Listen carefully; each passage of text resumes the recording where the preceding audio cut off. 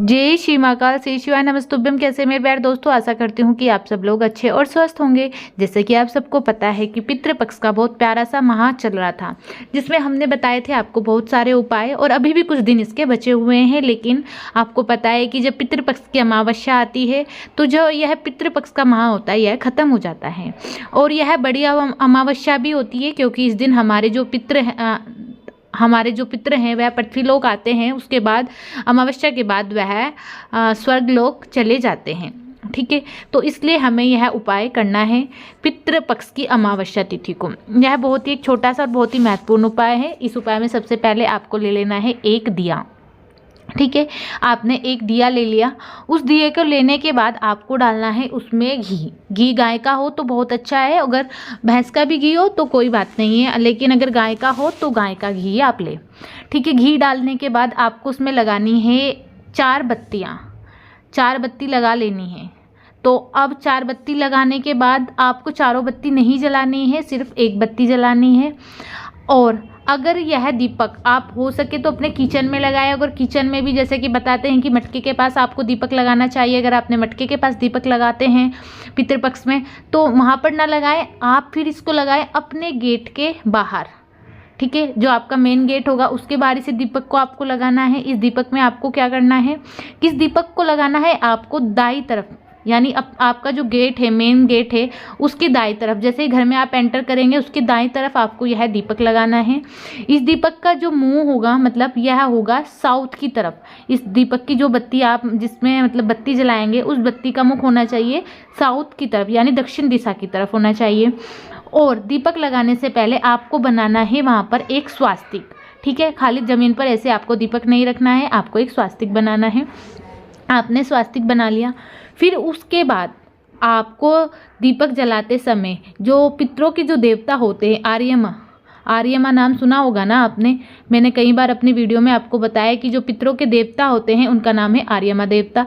आपको उनका स्मरण करना है, अपने पितरों का स्मरण करना है, अपना नाम गोत्र बोलकर यह दीपक वहाँ पर लगा देना है।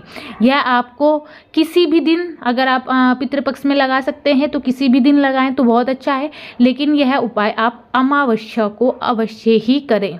यह एक बहुत ही खास उपाय है, बहुत ही अच्छा उपाय है, तो यह उपाय आप अवश्य करें। यह दिया आप अमावस्या के दिन अवश्य लगाएं, तो इससे हमारे देवता, हमारे जो पितृ होंगे वह प्रसन्न हो जाएंगे और हमें मनवांछित फल देंगे। यह एक वो छोटा सा उपाय था।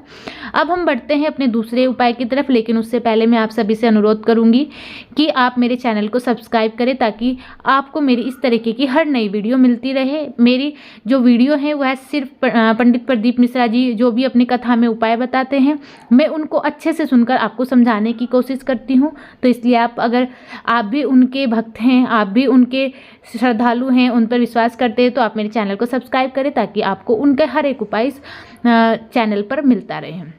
अब हम बढ़ते हैं अपने दूसरे उपाय की तरफ, जो कि पंडित प्रदीप मिश्रा जी ने कोटा राजस्थान में चल रही उनकी कथा में बताया था, जो कि पितृ अमावस्या को करना है। इस उपाय में भी आपको एक घी का दिया लगाना है। पंडित प्रदीप मिश्रा जी के अनुसार अगर आपने इस पूरे श्राद्ध पक्ष में, यानी पितृपक्ष में आपने कोई भी कोई को खाना नहीं खिला पाए, गाय को रोटी नहीं दे पाए, या कोई दिया नहीं जला पाए, या कुछ भी नहीं कर पाए जिससे आपके पितृ दोष खत्म हो और आपके पितृ आप पर प्रसन्न हो, तो सिर्फ एक यह छोटा सा उपाय कर लें, जिससे आपके पितृ आपसे प्रसन्न होकर ही जाएंगे। तो इस उपाय में आपको क्या करना है कि आपको एक दिया जलाना है, और यह दिया आपको जलाना है आपके घर के पास कोई भी बावड़ी हो, कोई भी नदी हो, कोई भी कुआं हो, कहीं भी यह दिया आपको शाम के समय अपने पितरों का नाम लेकर, किसी भी नदी, तालाब, कुएं पर पितरों का नाम लेकर यह दिया आपको वहाँ पर लगा देना है। और फिर पंडित प्रदीप मिश्रा जी कहते हैं कि अगर आपके पास कोई भी इस तरीके का कुआं या नदी वगैरह नहीं है तो यह दिया फिर आप जो पितरों के समान 3 वृक्ष बताए गए हैं, जिनमें कि बेल वृक्ष, पीपल वृक्ष और वट वृक्ष आता है, आप इन तीनों पेड़ में से जो भी आपके नज़दीक हो वहाँ पर अपने पितरों के नाम का स्मरण करके यह दिया आप वहाँ पर लगा दें। इससे भी आपके पितृ प्रसन्न होंगे। पंडित प्रदीप मिश्रा जी अपनी कथा में कहते हैं कि पितृ अमावस्या जब होती है तो शाम के समय हमारे जो पितृ देवता होते हैं, जो हमारे पितृ होते हैं, वह शाम के समय शिव भगवान का भजन करने के बाद जो भी नदी, बावड़ी या कुआं जो भी होता है उस पर जल ग्रहण करने के लिए जाते हैं, तो वह हमें वहाँ पर, जब हम वहाँ दिया लगाते हैं तो वह हम से प्रसन्न होते हैं और हमें मनवांछित फल देते हैं।